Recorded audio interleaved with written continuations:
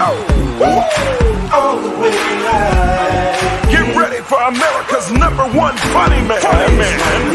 What? Hey. All the way live.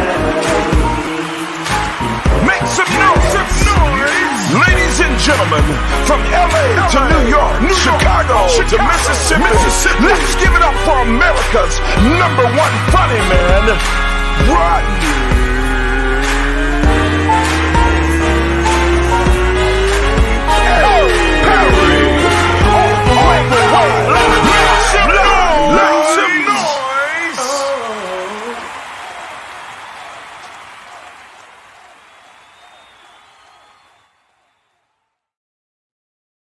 What up, party people? It's your boy, Rodney Perry. You're tuned in to Rodney Perry Live, and we are, in fact, live today. Wow, feels like forever. Been on hiatus with this show, traveling around the country, slinging jokes, and the fun don't stop, though. We've been running some great reruns. I had one of my boys call me and said, man, I was interacting with the rerun for about 30 minutes before I realized it wasn't live. That's what happens when you got a good show. Crazy weekend. This weekend, went out to Denver, worked with my brother Ryan Evans. Incredible show out in Denver. Shouts out to Big K Productions. Crazy. I was like at a supper club, and it was just sexy, man. Only thing drawback is they had no Wi-Fi. I don't know how the hell we was in a basement somewhere. It was crazy. Anyway. Then jumped on a plane, went to Chicago, worked with my friends, Michael Collier, George Wilborn, Leon Rogers, Damon Williams. It was the Kings of Chicago. No disrespect to the kings and queens of comedy, but oh my God, Beans, let me tell you something. Show was unheard of. Ridiculous, top to bottom, smash all day, all night. And then we was at home. So it was house music everywhere. And I told the people, we'll have to call a house ambulance for your ass. Because you can't do all that shit no more. You know who you are. All right. It's time to get the show underway. My co-hosts for the day is two of my favorites. One loved to argue with me. I don't know why. And that's why I love having her on the show, because she gonna disagree. Matter of fact, from now on, her name gonna be I Disagree. Welcome to the show, fabulous comedian, fabulous human being, Miss Eunice Elliott. What's up, Eunice? I thought you must be introducing somebody else. I was like, oh, he got another wonderful woman on that likes to challenge conventional thinking. Thank you for having me. Indeed. How are you, Eunice? I'm really great. How are you doing? I love this hair thing you're doing. You know what? I'm trying to let it grow out. And so every day is a different adventure, for sure. It's a different adventure. Yeah, I prefer a short pixie cut, but I'm just going to see what happens. I don't know if I've ever seen you with a short pixie cut. When you first met me, yes. I had a short pixie cut when I first met you. Really? 400 years ago. Yep. It's definitely been quite some time. I didn't realize that's what you think of me, that I love to disagree. Totally not. No. You a disagreeer. I like to challenge conventional thought. Yes. I'm comfortable with that. Okay. I mean, that's great for the show. Yeah, I'm not a go along to get along type character at all. No. But I actually hate arguing. I do not like to argue, but I do like to say, really? Well, save it for later. My next guest, just one of the funniest people I know. One of these, we'll disagree too. And I'm always afraid this girl gonna punch me in the face. I don't know if I ain't never seen it. I ain't never seen her get physical with nobody, but I feel like if you push her the wrong way, she'll go upside your head. Welcome to the show, comedian Gina G. Too funny. What's up, Gina G? Good morning. Why you gotta put me on the physical abuse? See, you Eunice, what's happening right now, sis? I don't know. I think because we are women who will speak up, we come off as argumentative when we're really just vocal. And maybe it's my own baggage, ladies. Maybe it's my own. I like combative women. I like you ain't gonna be in my life if your ass can't motherfucking tussle. Well, we right on time then. Well, we're right on time. No, we're right there. Y'all right there. Let's go. Matter of fact, if y'all was either one of y'all was a little darker, I'd be trying to holler. You know what? Not 2 shades darker. Come on now, man. You know what? And maybe I don't know if it's colorism, and I've been having it, and we can have this conversation a little later too, ladies. But are you affected by conventional views of beauty? Right? Like there are people that I think is ugly, but I had to ask myself, do I think that person is ugly because I'm affected by the white man? The white man told you they was ugly. He messed you up. White man. Listen, we are so indoctrinated by standards of beauty. Don't do it yet, Eunice. Don't do it, Eunice. Eunice is ready. Do you hear me? Eunice is ready. Where's my dictionary? Because we're not doing this morning. Let's go. Let's go. We come back, Eunice. Hold on. Oh, what word was that? What word was that? Candace, come on the screen. Eunice is. Good morning, ladies. Good morning, Rodney. Candace, while I've been off gallivanting around the world, Candace been running these shows every day. Well done. Thank you. All right, Candace. I see, speaking of dark-skinned, Hank Stewart is in the cut. What time are we bringing Hank on? At 9:30. He knows that. Yes. Okay, I don't want Hank to be sitting there going, why the fuck am I on here looking stupid? Because I'm dark skinned. I'm in the back. I'm in the back. Why I gotta be in the back? I'm motherfucking Hank Stewart. No, he knows. He knows. Hank don't cuss like that for the record. This is Did what you I get really that say. picture I sent yesterday? I did. Okay. With Simon. Yeah. It was me, Simon, and Hank. I don't know if I was in the picture. Tommy, you, yes. Yeah, I remember that day because Simon got mad at me because he said he was a vegan. I was like, when you gonna lose weight? And he got mad at me. Right, because But that's neither here nor there. Let's not get into that. Okay. You can't hit people with that, Rodney. They vegan. Simon, rest in power, Mr. Simon, fellow Virgo, awesome human being. He had a great event this past weekend too here in Atlanta. Let's get into it. Tiffany Haddish, Aries Spears, Under Fire. I'm not gonna play the video. Thank you. Please and I've been thinking about it. They did a sketch some years back about the sketch was about leaving a kid with a pedophile. Right. I don't know if they had some grander idea. It was supposed to be funny. I think they missed the mark a bit, but they hadn't spoke about it till late yesterday. Look, I know Tiffany to be a sweetheart. And this is before Girls Trip hit. This is before her star took off. And I will say this, what nobody talking about this until Aries attacked Lizzo. Is the moral to this story, ladies, leave Lizzo the freak alone. Lizzo said it's about damn time. Right. Yeah, that's step one. Leave Lizzo alone. Her ancestors have her very covered and protected. I don't know that they came out because of what Aries Spears said. It came out because these children filed a lawsuit. They're now adults, young adults. So I think it might have just been the world's worst timing or coincidence, but it came out because of the lawsuit. So the children who are now adults decided, let's get this paper. Yeah, and I think it's coming up on like the statute of limitations, like where they couldn't, file any kind of claim or something like that. This is a big deal. Gina, what's your thoughts, man? I mean, you're a parent. I mean, isn't it incumbent upon the parents to make sure their kids don't be in precarious situations? Yes, and AKA R. Kelly situation. Should no 14-year-old be at no R. Kelly concert, and should no children be left with your nasty uncle, and you know he nasty. But it wasn't funny.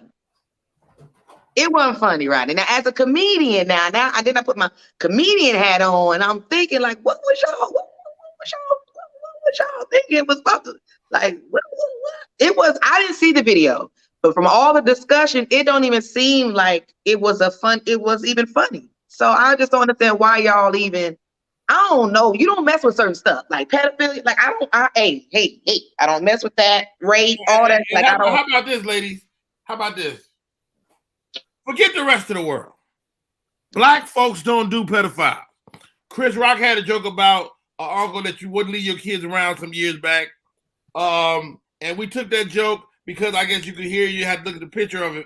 But this is a photograph of Ari Spears playing this character, creepy looking guy, and he was basically kind of coaxing the little boy into this world. And it was just not cool at all, man. No, I would say also, I think as comedians, we thrive on pushing the edge and making people laugh about things that we don't think usually are funny. But yeah, to have actual children involved in the filming of this, regardless of how you frame it, you didn't have to use actual children. You know what I'm saying? It could have been. What might have been funny is to have the pedophile dude be Ari Spears playing the kids. Right. Yeah, right. A lot of ways, if you wanted to touch on such a topic that ain't funny. And the other thing I think is what we're seeing is when you bring up R. Kelly, is that allegedly Tiffany got these kids in her possession out of false pretenses, kind of like, hey, I'm gonna help you get in a commercial, I'm gonna help discover you. And I also want to say about Tiffany, and not knowing her at all, but being a fan of anybody who's making it, based on her upbringing, she might have some trauma, some problems that she don't realize are not normal behaviors. And it makes me go back to when she was guest hosting Ellen's show, and she asked Marlon Wayans why they never booked her for anything. And his response was, we've always thought you were funny, but sometimes you're just inappropriate and unprofessional. Mm-hmm. And so I don't know how much has that behavior shown up. If Marlon Wayans say your ass inappropriate, if a Wayans brother say you inappropriate, come on. After I'm gonna get you, sucker. Come on, you ain't right. You ain't right. I have a question. Yeah, and that made me think about that might have been something that's always been a thing that's followed her. So is the issue that because a lot of the stuff that I was reading is like that the parents didn't know that, you know, this video was going to happen, because we see stuff on TV all the time. Like Game of Thrones has some really like dark, deep, what I would consider pedophilia on the show, where they show like a 13-year-old, a 12, 11-year-old sucking their mom's tit, you know, on screen, on camera. It's some heavy stuff on that show. First of all, that's for food. But I'm saying that's on TV. You know, is it okay if everybody is aware of what's happening? Well, and what makes it disturbing is the fact that, you know, they feel like she took the kids out of the family home and did it without like acknowledging that this was happening. Well, legally, underage child on a production has to have guardianship. Like their legal guardian has to be on set. It's a certain number of hours they're allowed to work. It's a certain time they have to stop working during that day. So, you know, outside of the legalities of you working with a child on a production, it's just that if you took the child and said, hey, I'm gonna help you get a commercial, and the next thing you know, they in a sketch about pedophilia. And it also seems like the parent's mother may have not been 100% involved in the children, you know, so then that means, did she take advantage of some vulnerable children who didn't have the right guardianship looking out for them? Right. I mean, it's bad. I'm sure it was a bootleg production. Yeah, they probably was not a SAG. So everything Eunice said is true, providing you're not on Funky Finger Productions. Right. Okay, do not hate on Funky Finger Productions, okay? I did a Funky Finger Production just last week. So it can happen, but just know all the real rules go out the window when You be like, Poke man, finger. we can have a kid on camera, but 12 hours, well, he'd be up for 14. Touche. You are correct. It's a lot, man. I think we'll be unpacking this for a few days. Tiffany did speak on it, and do you know what she said? Candy, can you find that for me? I could find it. I'll look it up. But I feel like she said she kind of apologized and kind of took ownership for what happened. And like Eunice said, she is a foster kid, and maybe some stuff is okay for her that maybe wouldn't be okay for the rest of us in the world. And that's with any of us, how regardless of how we were raised, whether you were in the system or institutionalized, like you are a sum of your parts. And sometimes people, you know, to use R. Kelly again, you know, I think most of us believe he also was victimized as a young person. I'm sure. Right. He was. And that doesn't make him any less of an abuser. Right. But I think in fact, whoever abused him must have been really talented because he still can sing.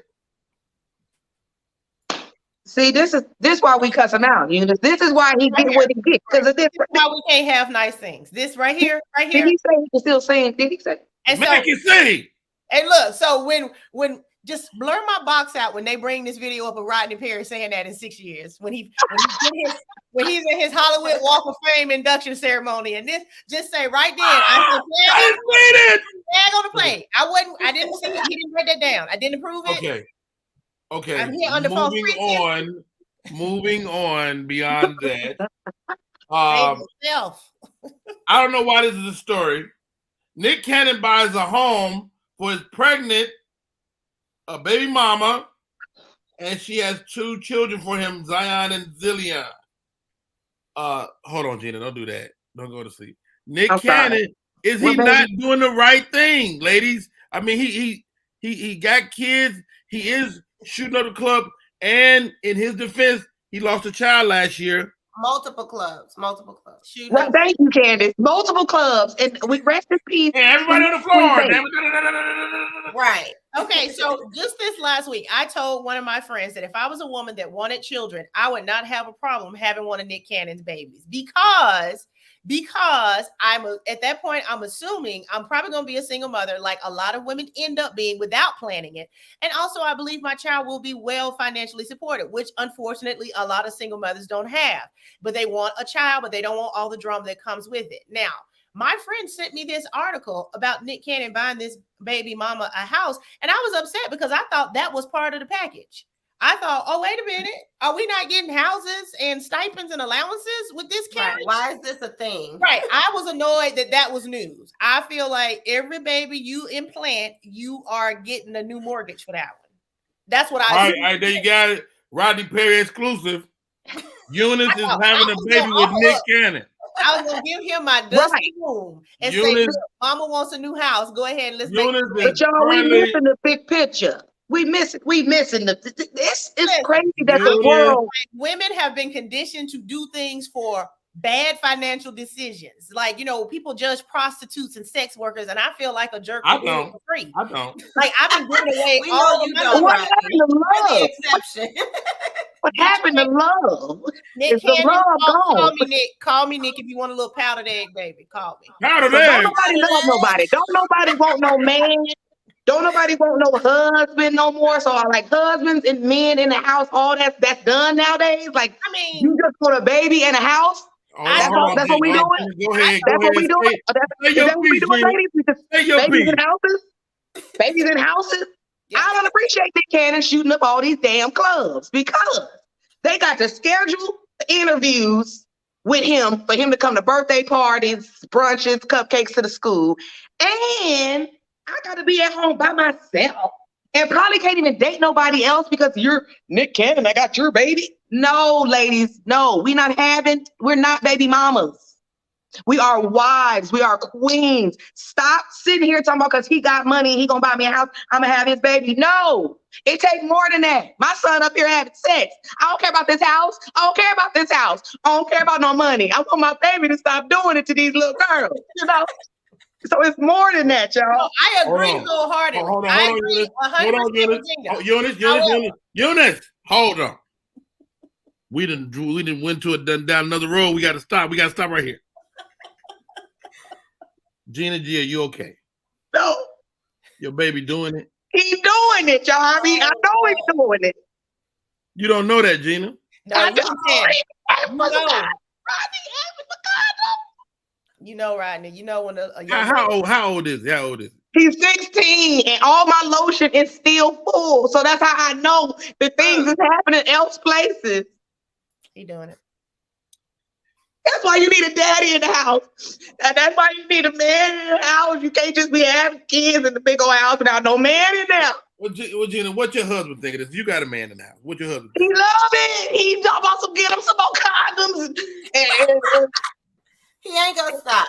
bear skin. I'm trying to get him sheepskin condoms and he want to get them bear skin.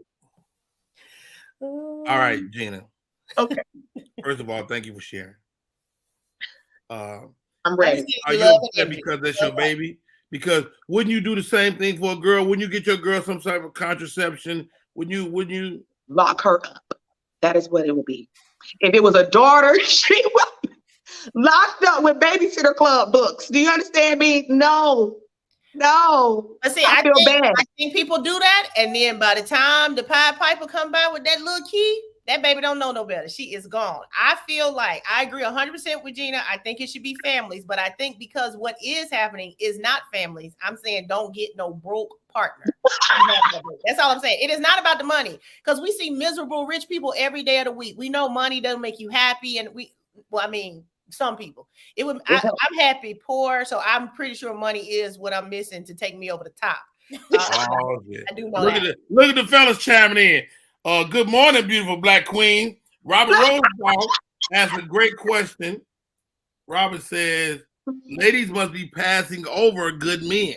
Can I say something about good men? I know you about to say something. Let me let my hair down. Because Eunice got my brain hurting. Hold on. Let me take this bud back. Morning. Let me say this about good men. Good men is very subjective. Everybody has a different definition. Right now, if you said what makes a good man, everybody. What's your definition? My definition as a good man is you do what you say you're gonna do. You have integrity. That's it. After that, everything else we can discuss. But don't show up saying, oh, I believe in this. I want this. I want to offer this. And you literally don't offer nothing that you described as a good man. That might not even been on my list. You won't even do what you say you're going to do. So men always want to offer this idea of, okay, yeah, I wasn't perfect. Ain't no women perfect. And ain't no woman looking for no perfect man. We do want integrity. If you say you're going to do that, just do that. I don't know. And I think guys would agree with me. A lot of nice guys finish last. Not because they lack integrity, because they don't have the swag. They don't have to. They're not cool like you want them to be. So he ain't lying. I think you grow out of swag. I'm 47, and I'm not looking for a swaggy dude at 50. You just said I don't care if your pants is up to here. I don't care. I feel like you should have outgrown your swag. I mean, hopefully you're attractive and you got something still going for you, right? But right now I'm looking for AARP. That's swag I'm looking for. I don't want your butt coming out your jeans at 55. I don't want to see you showing up to the date in the basketball shorts. And that might have been your 20-year-old swag. So swag is also subjective. They on compression socks now. They on compression socks. They wearing them copper tones, Eunice. They not. Yeah, they out here. I mean, it's a thing. Yeah, it's a thing. Gina, pull us back together. All right, young man. I'm gonna tell you this, Gina, and this is a father of 6, and I publicly say that I've treated my son different than my daughters, and it's completely unacceptable. I will say this: regardless of the sex of your child, they definitely going down. Your boy child going down, your girl child is going down. I feel like it's easier to accept a boy than a girl. How do you feel? I don't know if it depends, because a girl can take your girl down. Let's not put our blind eye to what's happening in the world. Facts. But I think now it's just now I think because he knows like what I'm doing. So now I know he knows that when the door closed and the music playing, now he like, it's not right, y'all. Now that's a great comment, Gina, because now he know what's going on. He know. When he gets on the game. He ain't stupid though. He been new. But I'm saying, but now he he no. Like, He you know what I'm saying? he knew. But But now he I can feel feel it, like, no. Like now, now when he said he going to play Legos, you like, hold on, wait a minute. Me and your daddy been playing Legos, and now you talking about you going to play Legos. but it might but be we've better. been lying. We've been saying we're going to read a book. That's what we've been saying. We about to go in here and talk. Y'all ain't reading no damn book. Yo, go ahead, Candy. I was saying it might be better now that he knows, because he doesn't want to be there while you know what I'm saying, or like listen anymore. Like in the past, he might have been like, let me see what's going on in there. But now that he ask you this, Candy. He'd open the door. He'd be like, whoa, they wrestling. But look, Candy, you got a college age son. You had to talk with him the other day. He's a great kid. He's got great grades. Is he out there in them streets yet? He probably is. I definitely bought him some condoms. Definitely. He's on college campus. I know that nigga out there. You hear me? College campus. Let me tell you, I know Evans men. I've been with these dudes my whole life. I don't know. He be standing there being all nice and good. I'm like, you nasty. Now I do think he like white girls.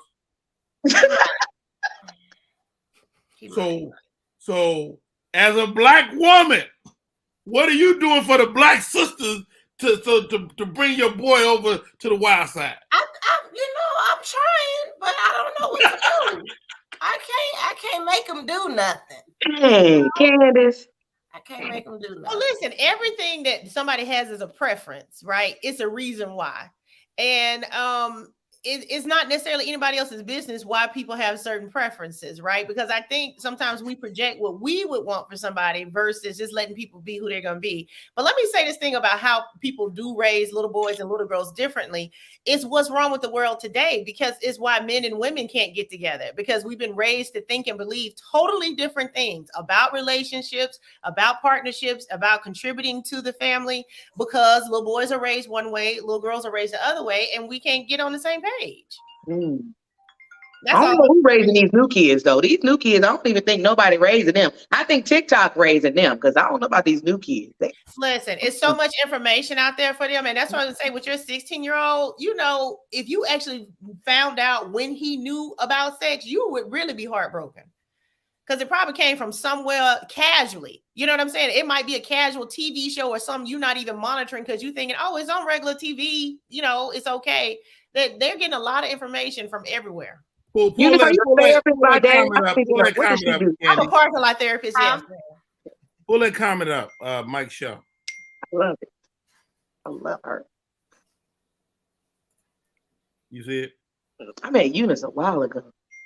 Yeah, we sure did. Mike Shaw, relationships were better when people were willing to build together.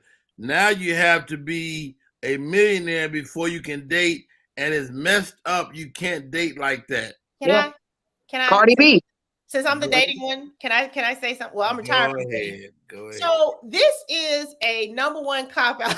Not Mother Eunice. Okay, I'm the one without kids, and I'm Mother Eunice. Men will always say women are looking for millionaires or you got to be rich. And I'm saying that doesn't make sense, because then in the next statement, they'll say, oh, women are masculine because they make all the money. Women ain't looking for you to have money like that. We're looking for you to do what you say you're going to do. If you're going to call me back, call me back. If we got plans this weekend, show up for them. Like we. But hold on, Eunice. You just said it. He can't be broke. So and there's a difference between broke and millionaire, Rodney. There's a huge. All right, so give me a dollar figure, Eunice. Give me a dollar figure. What you looking for? You are taking care of yourself, and you can. What's the dollar figure, Eunice? No. Eunice. What? How much you need? I can't give you a dollar figure because you could be making $1 million and still be in debt because you live in a $5 million lifestyle. So I can't give you a dollar figure. Are you taking care of yourself? And can you get cheese on that on the weekend? If you can do that, we can have a conversation.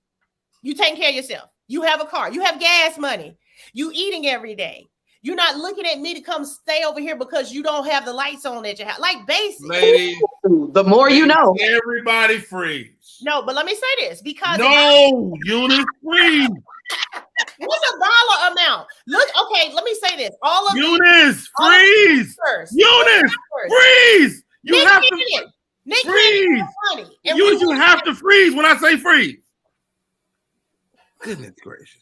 I'm gonna start writing in the comments. I'm gonna write comments. Don't write in the comments. Just freeze. Just freeze. We've been gone too long, Rodney. Eunice been ready. She's building up. You know what? I wouldn't have it no other way. You asked me. You asked me to come here. You asked me. And keep coming. Keep coming. We're gonna freeze Gina and Eunice for the time being. We're gonna take a break. When we come back, more show. Joining us, our special guest for the hour, Mr. Hank Stewart, who always says the right thing.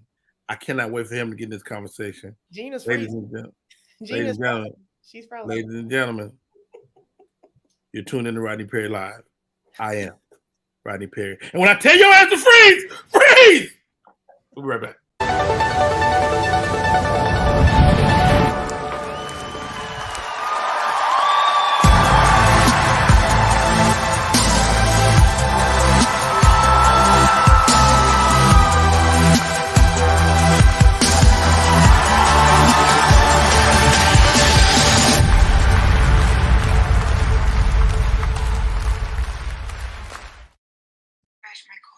Want your book or music to be published? Skip the confusion and rejections from others. Let BePublished.org publish and promote your work for less. BePublished.org handles it all, from cover design to worldwide distribution, with high quality and fast turnaround. You even keep rights and royalties. Everything was perfect. You made my dream come true. My book and CD look so good. Call 972-880-8316 now. BePublished.org. 972-880-8316. We are back in full effect. My name is Rodney Perry. You're tuned in to Rodney Perry Live. You know, I got to be honest, and if I'm completely honest, and I know Eunice won't have it any other way, if I'm being completely honest, when we lost our friend Tommy Ford, rest in peace to a great man, one of my real connections through Tommy was with Hank Stewart. And I don't know if this happened to him, but I just couldn't be around the guy, you know, because it just reminded me so much about being with Tommy, and he and I and us as friends, all being Virgos. And it was difficult just to be around my friend. So hopefully I won't get too emotional this morning as I bring on fabulous poet, fabulous man, father, mentor. When I need to know about politics, he's my first call. Ladies and gentlemen, Mr. Hank Stewart, how are you, sir? Candy gone. Okay. How you doing, bro? What's going How are on, you, man? Hey, man, first of all, thank you for coming on, dude. And again, man, Hank, please accept my humble apology, man. Oh, no, I'm with you. I totally get it, bro. I totally get it. I totally get it, man. We were, we had a connection, man, the three of us, bro, that was crazy, man, because even when Tommy was sick, you were in Denver going through your own stuff, right? Yeah. So I was kind of really messed up, man, because, I'm thinking everything is okay over here. And in Denver, it was some stuff going on there, man. So, no, I totally get it, bro. I totally get it, because we're always right here, and I know that for a fact. I know that. I have never called you and you not showed up. Never. Yeah, man. Hey, such a great guy, man. My mother loved you. She said, he's a dark man. You like that chocolate. Mom like that chocolate. Huh? Yo, man, you do so many things well. What do you like to do most? Man, I'm in Aruba right now, bro. I'm in Aruba right now. And so I'm having a blast. You know what, man? I like writing. I still like writing poetry, man. I mean, I love everything that we do in the community with the kids, man, feeding the homeless, the career days, all the stuff that, that bonded us, right? All those things that brought us and let us know that we were serious about humanity. But I still like writing, man. As a matter of fact, this was a good trip, man, because I wrote a couple pieces while I was here. So it's just, it's still just, man, it still excites me when I write a piece of poetry. It excites me when I'm getting on the stage and performing. And I've had some of the best opportunities performing, from Michelle Obama to Rosa Parks, Essence Festival, Mike Donald's commercials, winning the Emmy Pro Max Gabby Award, trumpet awards. I mean, I've done a lot of stuff, man, but I still get nervous and I still get excited, bro. Wow. Hey, hearing your resume as you broke it down, is it ever difficult for you to shout your own horn or toot your own horn? Yeah, it is, man, because I mean, you know, I just think that you let somebody else do that. Now, if I'm challenged on it, you know, it is what it is. It is what it is. If I'm challenged, man, I just received an honorary doctorate degree for humanity back in May. Also was the speaker for Georgia Gwinnett College, which is a huge college, their commencement. So it was really kind of powerful writing, because AJC did an article and they were running people like Tyler Perry and the CEO of Delta and the CEO of UPS and all these speakers who were doing commencement exercise, and they put my name right there with the Georgia Gwinnett College. So if you Google it, man, the speech went viral. It's just, you know, but I know, man, I know without a shadow of a doubt that this is what God put me on this earth to do. That's the one thing that makes it so much fun. I ain't questioning, you know, Miles Monroe once said, the greatest tragedy in life is not death. The greatest tragedy in life is be given life and not know why you live. And I know why I'm here. You know, Mark Twain said the two greatest days of your life is the day that you were born and the day that you realize why you were born. Now, I personally believe there are three great days: the day that you were born, the day that you were born again, and the day that you realize why you were born again. So wow. I know why I'm here, right? Even Steve Harvey said, the great philosopher, Steve Harvey. Steve said, your career is what you're paid for, but your calling is what you're made for. So I know I'm here, bro. I know I'm here, and that's never a question. Wow. We're sitting there, we're talking to Mr. Hank Stewart. Hank, you're always one with his feet in the political arena. You will not tolerate for less from us. What do we need to pay attention to right now? Stacey Abrams, bro. Stacey Abrams, that election, Warnock election, because those elections have national implications, right? So, you know, you get Warnock back in, you give a political party an opportunity to continue to do the things in the community, you know. But I think Stacey, man, Stacey's a beast, man, and she deserves it. She was cheated out of it the last time. You know, she's phenomenal, and she would do amazing work in the state of Georgia. Man, there's too many people walking around, man, who are working poor. Man, they get up and they go to work every single day, and they can't afford health care, and that's something that Medicaid, you know, Georgia Medicaid will bring jobs to Georgia. You know what I mean? So it's yeah. I think, you know, you just got to be on top of that, and I think all of us need to send her $5. You know, I mean, think about it. There's 10 million people in the state of Georgia. African Americans make up 32% of the population. If black folk just send her $5, which is about 3 million, a little over 3 million. If every black person just sent her $5, she got, you know, that's $15 million. Right. You know, just to run a campaign. I mean, we need that. We need that. I mean, you buying Starbucks, just send her a $5 check. You know, and I promise you, it seemed like nothing when that $5, but you got to let a million people send you $5, and it changes things. It makes things different. We're talking to the ladies today. My co-host. Man, I'm telling you, look, bro, that was hilarious, man. When I tell you, man, this is bit, man, I'm sitting over here crying, man. And you know what's crazy? Everybody's right. Everybody who's on there is right. Wow. Okay, stand right there, Mr. Hank. Let's bring my co-host on, Miss Eunice Elliott, Gina G, Candy. You come here too. Put Hank in the middle. Hey, Hank. What's happening? What's happening, Candace, Eunice? I mean, you know, I'm telling y'all up, man. Y'all up, man. This needs to go viral right here this morning. Everybody's right, man. It was hilarious, man. Everybody's right, but tell me this, Hank, and okay. And I think Eunice is right on so many levels. How do we make it where the divide between black men and black women is smaller? You know, I think it's not as difficult if we've made it. I think if we just come in our real authentic self, man, there's too many games being played. I think you don't know who you're talking to daily. You know what I mean? And I think if you can show up with your look, sister, you know, Mrs. Norman Clayton called me right here. Look at this, bro. She calling me. Wow. This is crazy that I have to let her go to voicemail because Rodney, you take priority. Wow. Miss Clayton was calling. But I think, you know what I think it is, bro? I think it's that situation where we get to the point where we're honest about who we are. You know, Dr. Dorothy Heights once said, Black women seldom do what they want to, but they always do what they have to. Dr. Janetta Cole once said, you can educate a man, you educate an individual, you educate a woman, you educate a nation. And I think if we come together just being who we are, our honest, authentic self, one reason why Rodney and I get along so well, because we ain't never questioning who we are. I mean, I know Rodney to be who Rodney is. I know what I'm getting. You know, I know what I get with Rodney. And so it doesn't change. It doesn't change the audience. You know, the audience is, whatever the audience is, Rodney is who he is. And so I think, Eunice is right. I mean, we don't know. I think brothers have got to just do what we say we're going to do. You know, if we say we're going to pick you up at 7:30, be there at 7:25. You know what I mean?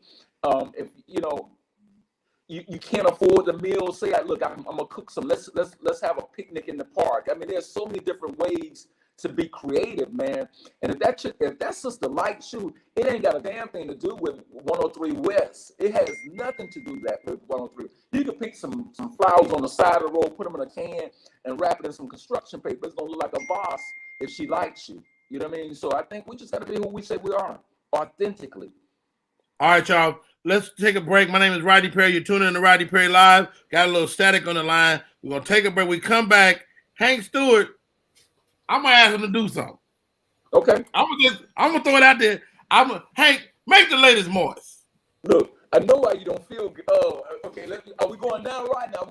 No, we're gonna take a break. Okay. We're gonna take a break. All right. We're gonna take a break. All right.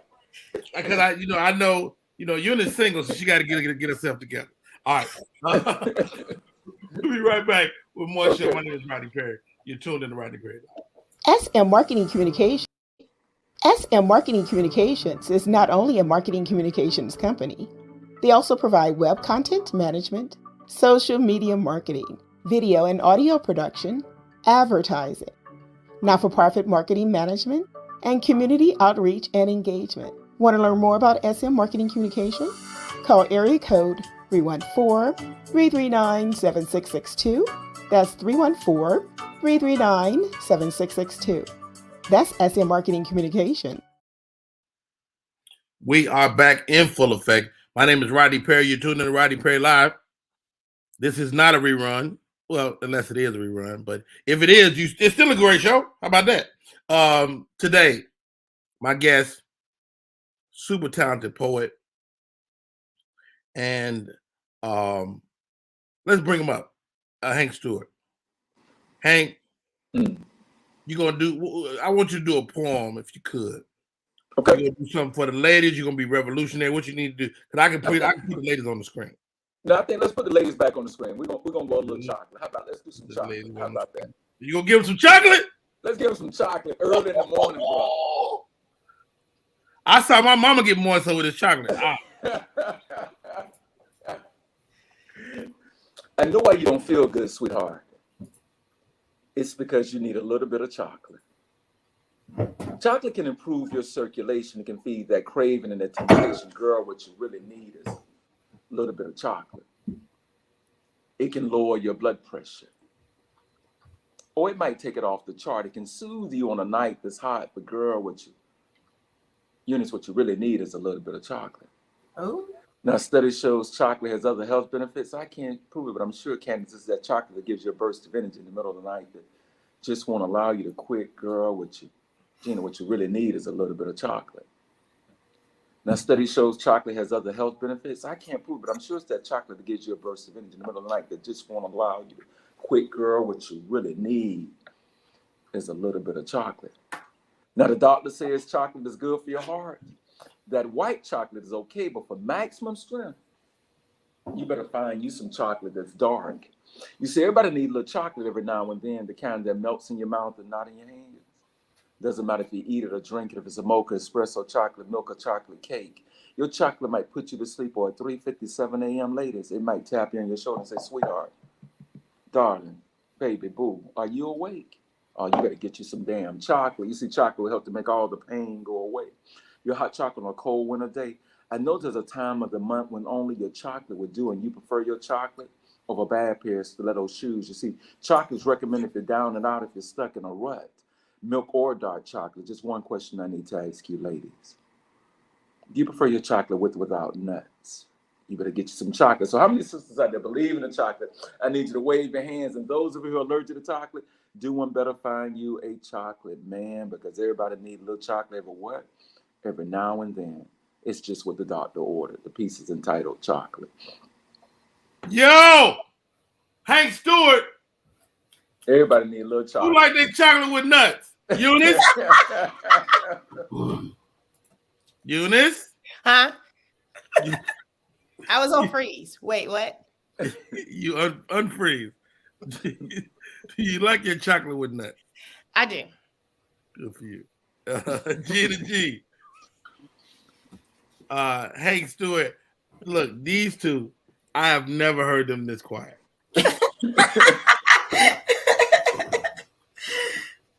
I mean, all jokes aside, ladies, and I think Eunice made the greatest point is be who you say you are. Eunice, as we listen to such a great piece from Hank Stewart, what thoughts come to mind? Oh, so many. So many. First of all, that was beautiful. I've had a chance to meet Hank in passing before. You know, I love to see a man in his creative space. That's attractive. So you could have been talking about anything. It would have been awe-inspiring, because I think so many times men don't get a chance to operate in their gifts for fear of what somebody's going to think about them if they're creative. So thank you for sharing your gift with the world. And we needed it. As far as actual Hank and not knowing anything about him, my real thought was, see, he'll get me all excited about this chocolate. And then he tell me, but baby, I'm in Aruba, and then I'm in Chicago, and then I'm in Detroit. And then I'm sorry, I just ain't going to have no time to do what you're trying to do. So it was like, ooh, I like this. And then I said, snap out of it. Let's come back. Eunice, allow yourself to get it in. Never. She said, I snap back. Allow it to seep into your soul, girl. It feel That was good. chocolate. That was chocolate. I liked every piece of it. Do you understand me? Every piece. To me, it was my baby boo when you was in the bed at 3:47. You said 3:47 a.m. 3:57, but then you know, 57. but See what I'm got saying? time That's on even the show. later. Baby boo, you up? Yeah. Gina! Gina! You act like you sleep. That's what you act like you sleep, but you up, but you sleep, but you up. You know what I mean? I thought this was a family show. It is. No, That's how you make families, for sure. No, it was really beautiful, Hank. Seriously, and I It love, was very I nice. love to hear a black man speak softly. Softly. And it was for me too. It was very like the confidence that you exude. Like when you're speaking, it's like you're not even thinking. You're just like speaking from your soul and your spirit. It was very beautiful. Thank you very much. That's an interesting point, Hank. Do you and you know, me and my buddies talk about it. Are the young men different now? Like you and I are a certain age. I'll be 52 on my birthday, which is a week and a half from now. And I just turned 59. You just turned 5'9". Are the men, let's say 35 to 45, different than us? Yeah, but it's our fault. We didn't rear them. It's our fault. We have to take ownership. You know, You just like that. Look at Eunice. Look at you. I'm listening. Well, you know, the first step to recovery is admitting there's a problem. I think we lost a lot on our watch, man. And the reason why we're who we are today is because we had people who reared us properly. So we can't turn around and get mad at these young cats, man, if we didn't do our job. That's one of the reasons why we go so hard in the foundation, right? You know that. That's why you're a part of it. That's why you show up, because you know we're going to do what we say we're going to do. But I think the first step to recovery is admitting there's a problem. And when you look at our young men, you know, and they're sharp too, man. I mean, I've spoken every youth detention center in the state of Georgia twice before the pandemic. I drove from Savannah to Clayton, Eastman, Caldwell, down to Macon, up to Rome, Dalton, Gainesville, Marietta, Augusta, Wilkes, Milledgeville, Rockdale, DeKalb, Metro, Stonewall, Hampton, Columbus, Terrell, Sumter, Chris, Thomasville, and ended in Waycross.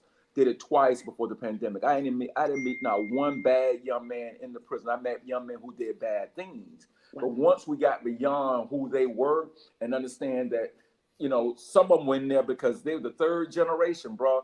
I mean, the guard has seen their father, their grandfather, and now them. How in the hell he stands a snowball chance in hell if you don't have anybody at home, right, who's breaking those chains and all that. So when I look at it, bro, I have to look at it and say, I have to take ownership.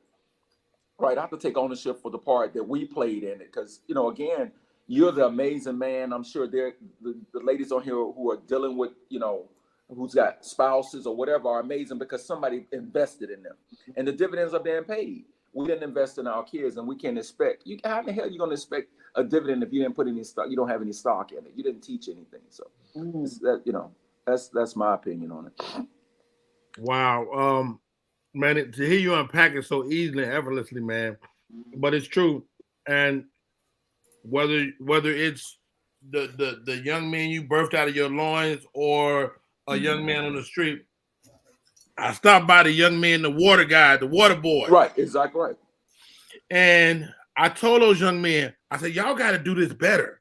Mm-hmm. This is a business, and y'all can't just run to my car. Y'all got to greet me, man. Say hi to me. Excuse me, sir. Would you purchase a water for me? I need this. And I stopped and I gave the dude $50. And he was like, "Man, what do I do with this?" I was like, "You take and share with your brothers, so everybody can eat." Exactly. And so, if nobody stops and says anything, then that thing is never said. Yep, exactly right. Well, Rodney, I'm gonna tell you, man. And again, I'm not just saying this because you and I make our periodic calls and text message and all that, and we're better because we got better people around us. There's my pastor, Cameron Madison Alexander used to say, if a drunk hang out with a drunk, neither one of them ever be sober. Right. You're hanging out with people who ain't going nowhere, it's not gonna be long before you're gonna have your brakes on. So when you look at all the things that's going on right now, part of the reason why I'm as good as I am, because I'm not that good, but I put myself around people. If you show me 5 people and 4 of them are millionaires, that 5th person is bound to be a millionaire, right? But you show me 5 people who are 4 of them are broke, and the one is got some money, probably gonna be broke shortly if they keep hanging out with them. So we gotta choose our crowds, wisely, and one reason why I'm telling you, bro, I look at you, I see you. Your grind, man, your grind and what you do inspires me to grind. We're in 2 totally different arenas, but I see your grind, right?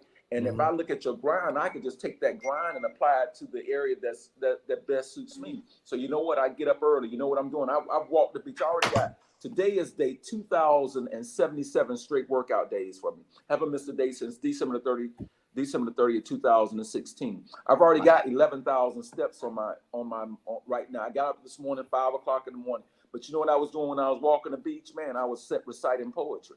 I knew Candace said that I would probably have to do a piece of poetry. So in my mind, I'm already preparing for what I got to do, right? So I got 10 pieces in my head right now, depending on what you were going to ask me for. Something historical, something spiritual, something romantic, a tribute to the ladies. Whatever you had, I already had something that I had started prepping for, right? To make sure that I didn't disappoint you, because your audience is looking at me, bro. You put me on this call. So I not only am I representing myself, I'm representing you. Right, I'm representing you, and I can't fail my brother. I mean, you and I go that we go that deep. We're that deep about who we are. So we can laugh and joke, but I got to be on when you ask me to be on. If you put your reputation on the line, right. Hey, I got to ask you this, Hank, man. Are you ever out of sorts? Because I have never seen it. I ain't never seen you to the point of fisticuffs. I have never seen you out like not on your complete total square. Like, is that something you work on, or is that somebody maybe you used to be? Because I mean, that is one of the things that impressed me, and I will ask the ladies the same thing. Do y'all see the same thing? Well, I think if I answer the question, I've had great mentors, right? Like my grandfather, my grandfather was so good. My grandmother said that was the best thing that walked on 2 legs, right? Uncles and all that. My pastor was good. I had Dr. Lowry, this, right? Dr. Lowry would come to events. Dr. C.T. Vivian, I told you, Ms. Anona Clayton's, Reverend James Owen. I'm not dropping names. I'm only saying that because they invested in me. And so I have to make the right decision, because if I don't do what's right, they chose the wrong person to invest in. So I know there's a whole lot of people behind me, beside me, in my ear, right? Hearing how they would handle certain things. And so I try not to put myself in situations that will take me out of myself, right? So if I don't hang out with certain situations, I ain't got to worry about making that decision. I tell my son this: you show me who your friends are, and I'll show you who you are. You show me who your friends are, and I'll show you who you are. So I try very hard, man. I try very hard. I'm not saying I'm 100% successful, but I'm better today than I was yesterday. Yes, sir. And that's all I can ask. You know, if I told 10 lies yesterday, I'm trying to tell 9 today, tell 8 tomorrow, tell 7 Thursday, hang on 6 if I have to. You know what I mean? I don't even worry about how good I can be next year. I just try to be better today than I was yesterday. That's just that simple. Hey, man, we're going to let you get back to your vacation. The people of Aruba need you. I cannot thank you enough for sharing with us today. If you'd like, you want to do a final piece? Yeah, I'll close out with this piece. This is my favorite piece now, and it really is a piece that challenges us, really, to be honest. And it's called "I Accept." What are you giving me? What are you putting in my hand? What you're giving me has just altered it, has changed my plans. Why are you looking at me like that? There's this look in your eyes. Am I even qualified to accept this? Will there be a ceremony? Do I need cap and gown? Need I be baptized? I know you're tired. I know you deserve rest. How can I say no with all that you've poured into me, all that you've invested? I'll take it. Okay, I'll take the baton, I carry the torch. You've earned the right to relax, the right to sit on the porch. I accept the baton and all the responsibilities that it holds. I accept the challenge to stand tall and bold, to fight for justice, to stay on the wall. I do what needs to be done. Yes, Rodney, I accept the call. And integrity will stand with me, even if we have to stand alone, to speak truth no matter who's wrong. You fought the good fight. You completed your assignment. Pass me the baton. Our souls are in alignment. I'll sacrifice my body just like you. I'll stand or kneel against racism, sexism, discrimination, regardless of the hue. I'll get up early and I'll stay up late. And when it's my time to be tested, just like you, brother, I won't take the bait. I accept the baton because it's my turn. I accept for all of our ancestors who were raped, beaten, those who were burned. I accept because before midnight, December the 31st, 1862, our ancestors, they were praying to God on their knees. I accept for all of our ancestors who were hung from those trees. I accept because dogs and water holes didn't turn you around. I accept because our ancestors spoke up and spoke out, even when they didn't know the language. They didn't know a person, place, or a thing was a noun. I accept because at the bottom of that bridge, you were beaten and left for dead. Broken bones, tear gas, blood dripping down your head. I accept because you sat when you had tired feet. I accept because the only way we could walk into that hotel was through the back door, and it was only to wash dishes, cook on the bed, change the sheets. I accept because America was built on the land that our ancestors toiled. I stand because our ancestors' blood fertilized these soils. So if it rains, I stand. If it's hot, no fan, I stand with the weight on my shoulders. But the foundation that I stand on makes me bolder. I stand for those who didn't get a chance. I stand for those who died because a white woman said at me, he took a glance. I even stand for those who look like me but may have forgotten. Although our ancestors were side by side in the fields picking cotton, I stand for seniors, I stand for children, I fight for one, I advocate for millions. I stand for those ancestors whose dreams of freedom they would hold fast. I stand for so many of our ancestors who died for this country and the flag was never flown for them at half staff or half mast. I stand for those living under bridges and sleeping on makeshift pallets. I stand because our ancestors knew our voice was in the census. It was in our vote. It was in the booth. It was on the ballot. So yea, though I walk through the valleys and the shadows of death, it's about others now, no longer about self. Give me the baton I carry with pride. I will want the torch burn out, the baton hit the ground, even when I'm tired. You trained me. Now I'm one of your lieutenants. I take the baton from my ancestors so one day I can pass it to our descendants. I accept. Do you? The piece is entitled I Accept. Wow, I accept and I accept. Hank Stewart, how do people stay in touch, bro? Easy, bro. HankStewart.net. I'm on all my social media handles. Hank Stewart, poet. It's easy to find me. I ain't hiding from nobody. That's a good thing. So just Google it. Wow, thank you so much for sharing. My name is Rodney Perry. You're Man, thank you for allowing me to be on the show, man. Thank you, Hank. Hey, I Thank love you, Hank. Hank Stewart. Hey, let's reset, Candace. And wow, what a great hour. Thank you, Hank. Thank you all. Thank you all. Wow.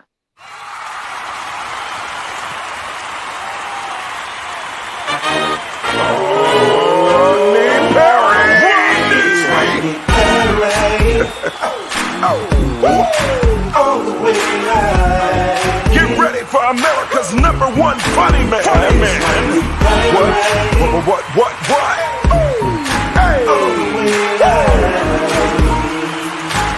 Make some noise. Ladies and gentlemen, from LA to New York, Chicago to Mississippi, let's give it up for America's #1 funny man, Rodney.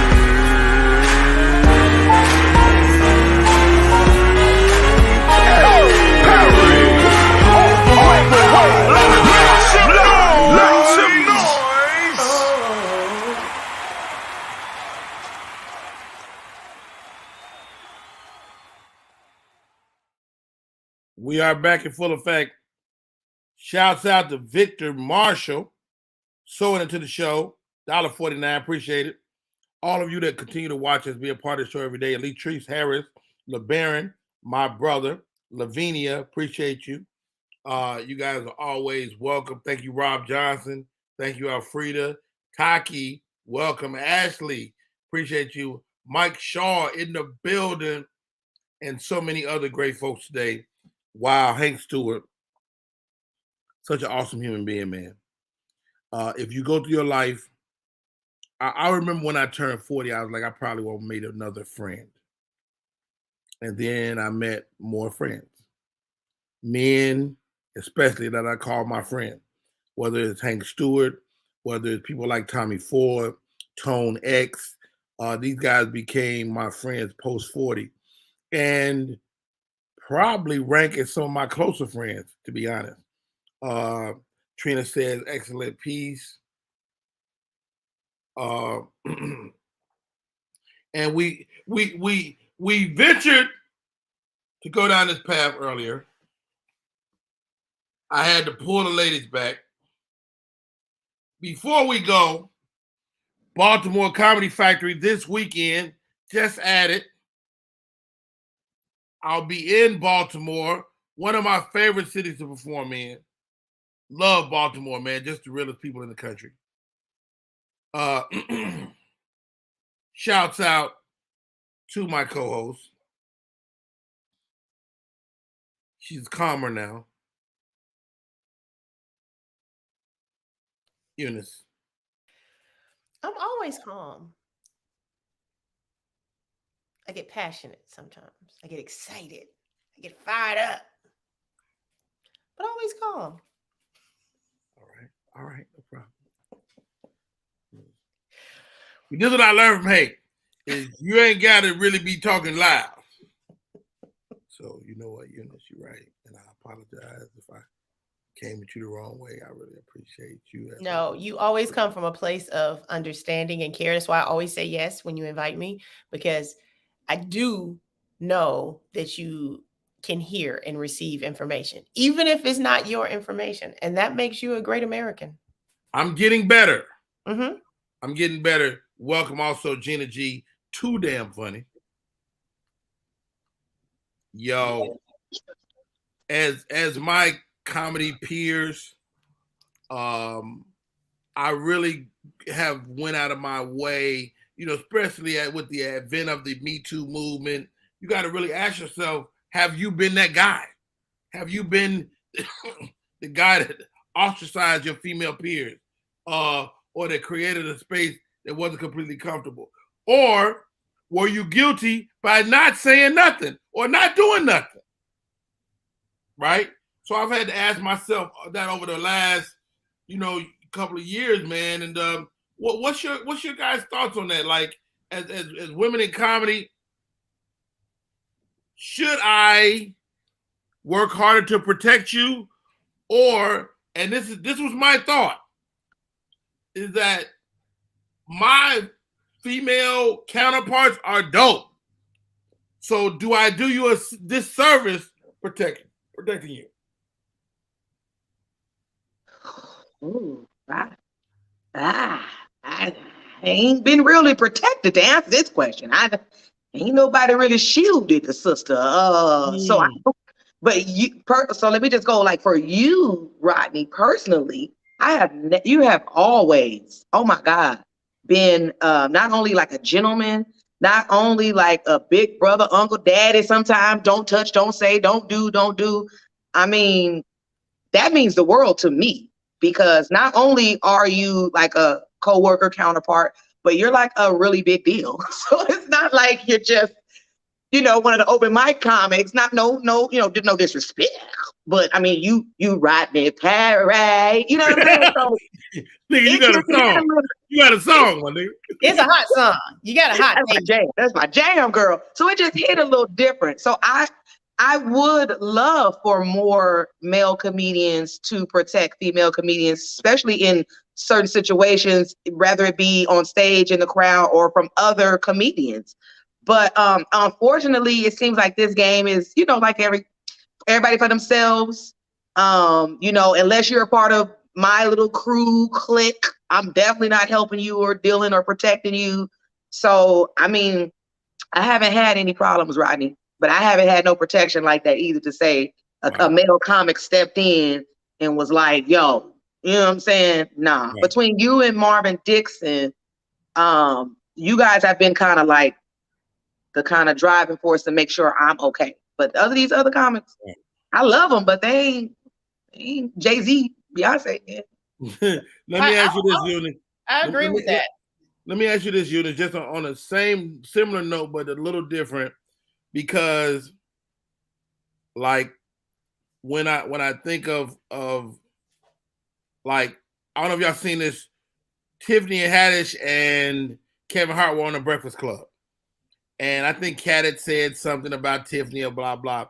And Kevin came to her aid. But Tiffany had already addressed it. Like, is there a moment when a guy is doing too much? Yeah, so I believe that you teach people how to treat you. Okay. And so, you knowing me, Rodney, and how I handle myself, it's not going to be too much disrespect come my way out of just sheer ignorance, right?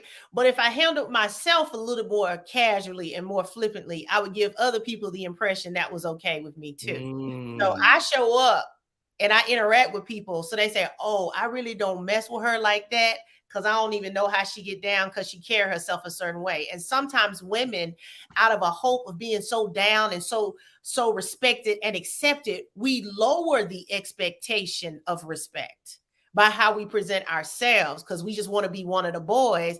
And then when they come with it, it's hard to then act like they out of pocket, because you kind of want it to be down. You want it to be one of the boys. But I think, Rodney, someone like you, it's not an act you have to do.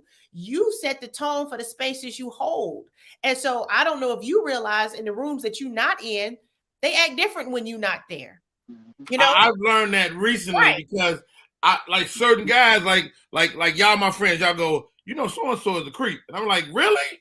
Mm-hmm. He's never creepy around me. Right. You wouldn't see that around you because of how you manage yourself. Right. So I think if more men manage themselves accordingly, it ain't about protecting or fighting somebody on a woman's behalf. It's about the way you carry yourself will change the tone in the room for every other man. They will know it's not allowed. If you come into somebody's house and you see it spotless, you taking your shoes off at the door. If you see they don't give a crap about their house, you is throwing bones on the couch. You doing what they doing. And so I think for women, we want to be respected and accepted as funny people. Right?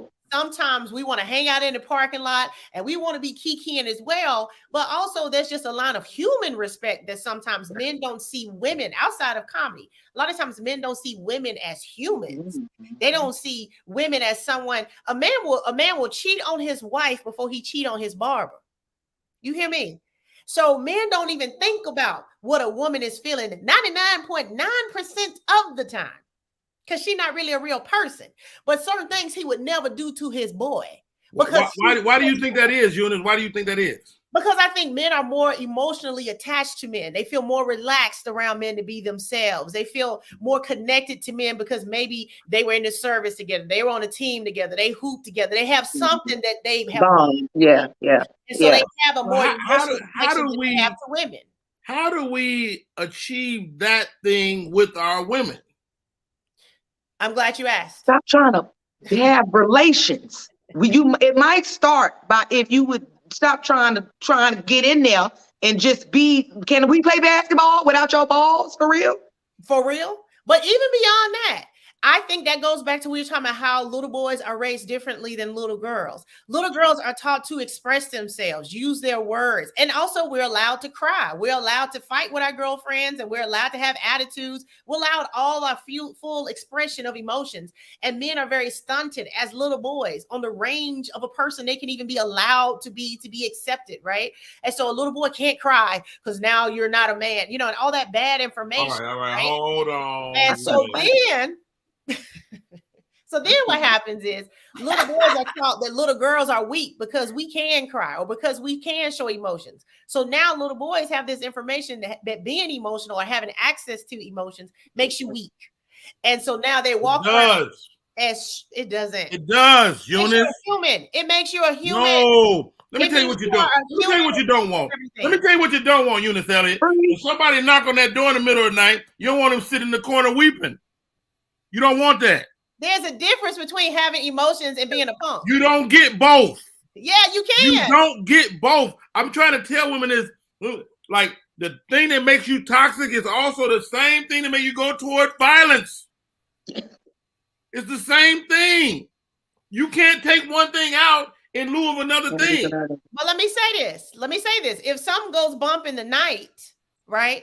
Because my man is sensitive and has access to emotions. He knows I'm scared. He also has empathy. So he knows I'm terrified. He's probably terrified too, because a human probably would be terrified at bump in the night. That's normal. But he's going to react in a way that's not going to put his harm on his family. He's going to act in a way to protect himself. He's going to take care of it. He's going to walk toward it regardless of how he feels. And he's better. And if he tried, better. I would not have a problem if he was hiding in the closet with me calling 911. That's not true, Eunice. That's not true. You're lying to us. I was calling 911 on him.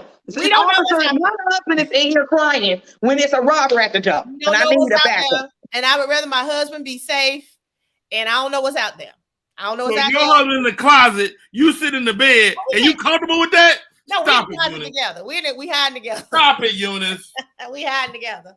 No, let me tell you for real. Let me tell you for real. I do not like hyper violent men.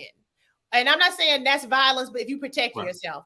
But I grew up around that. I go the other way. I don't like a man who has no thought process. Let me help you. Let me help you. Out of fear. Because a lot of times people are reacting out of fear. So I'm going to get you before you get me. And sometimes you need 10 seconds to just process some information.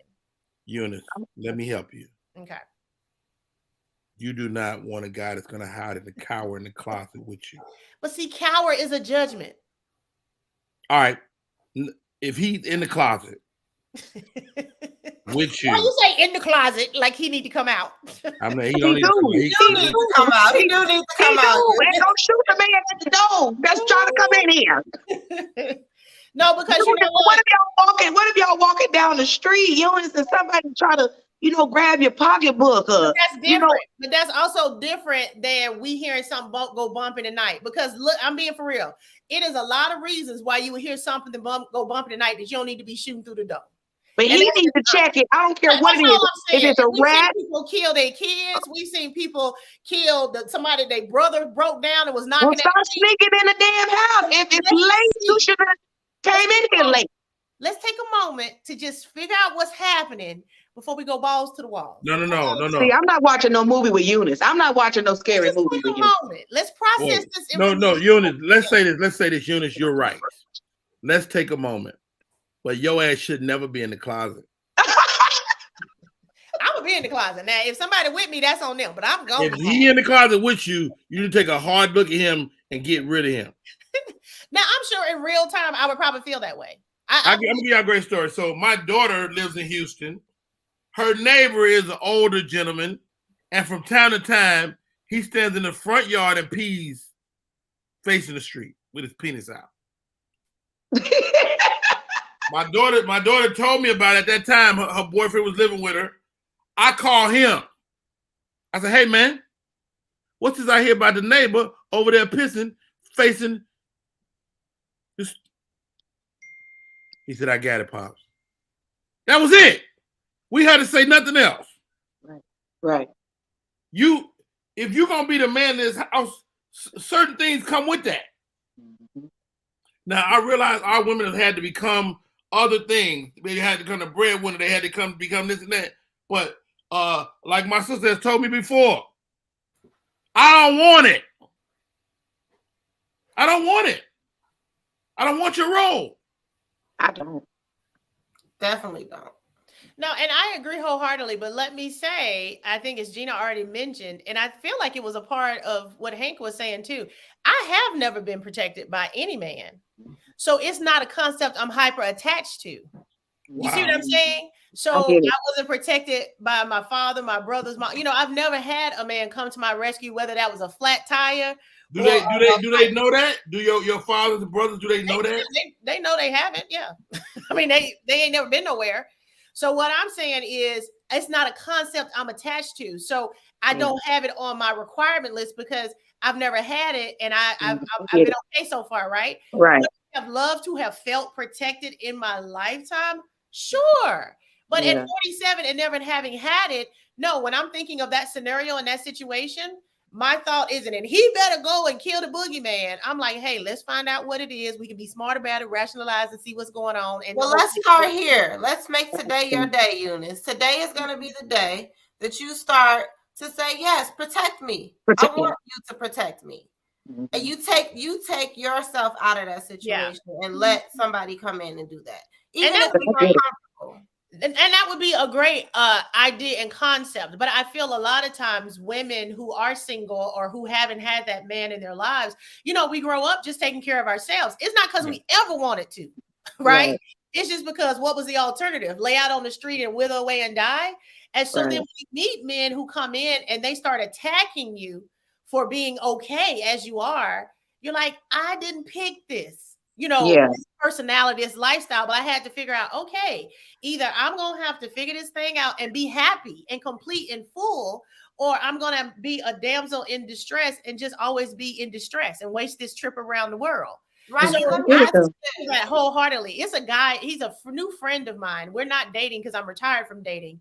But he wait a minute. What? Wait a minute. Now how you gonna get protected if you ain't out there dating?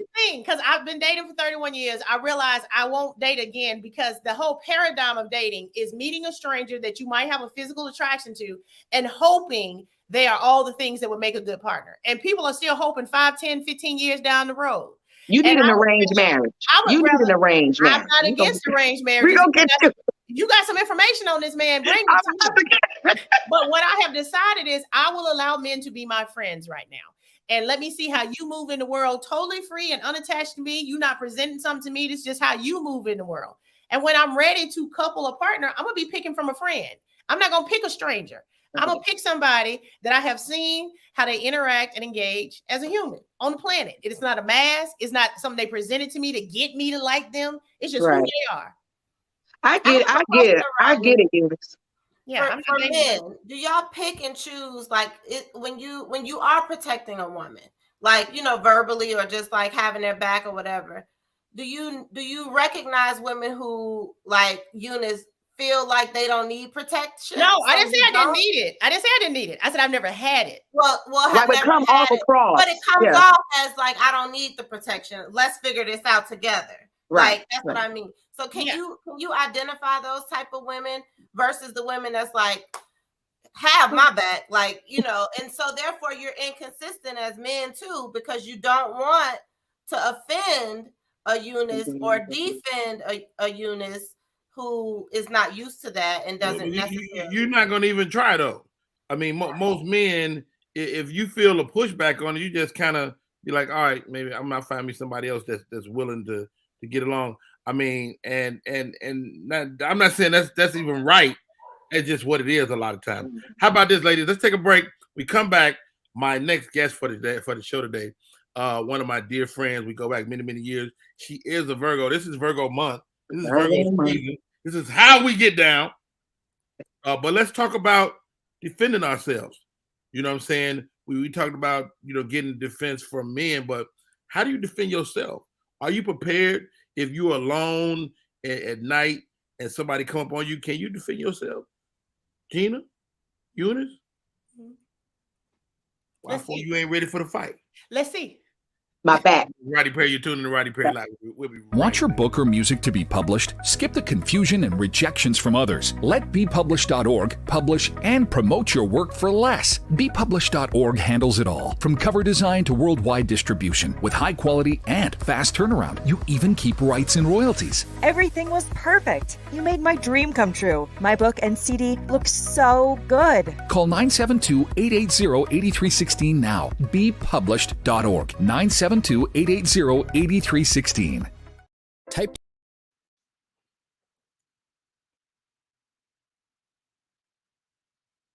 Type 2 diabetes can have a big impact on your life, but how can it be prevented?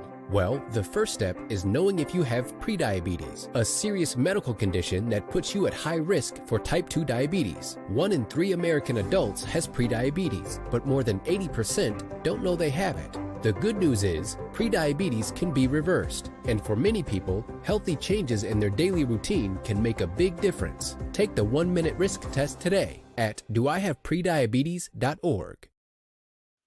We are back in full effect. My name is Rodney Perry. You're tuned in to Rodney Perry Live. We do the show every day. Every single day. Not well, unless I'm busy.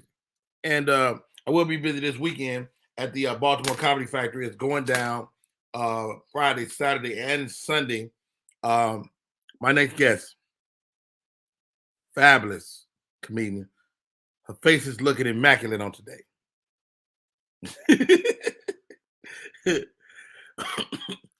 Probably the most energetic human being I've ever seen. Like, don't go work out with Vanessa Fraction. Let your ass ready. One, she's competitive to a fault. She's going to beat you. Ladies and gentlemen, welcome to the show, Miss Vanessa Fraction. Good morning, good morning, good morning. How are you? Man, before you said I was the most energetic, I was seriously going to come on like, what up, Virgos? What's going down? What's going down? Like I was going to do the whole thing. The whole thing? It made you bring it down. Let me bring it down, especially when I heard what y'all was talking about. I said, right. They serious this morning. I mean, we dabble between the good and the bad, the serious, not so serious. Right. Well, that jogger did just get snatched. Who? That jogger in Tennessee, is it? Yeah. Yeah, unfortunately, and prayers to her family, because I know, I tell my daughters all the time, oh, Daddy, I'm about to go run around the track. These rape hours. During raping hours. We not running at no rape hours, little girl. Nope. Oh, Daddy, I'm about to run to this little restaurant right outside of campus. With who? Not by yourself? Vanessa, man. First, before we get into it, Oz married now. Oz is married now and very well protected. Amen. And Oz amen married again. and protected. Did you have to change? You gonna finish that sentence?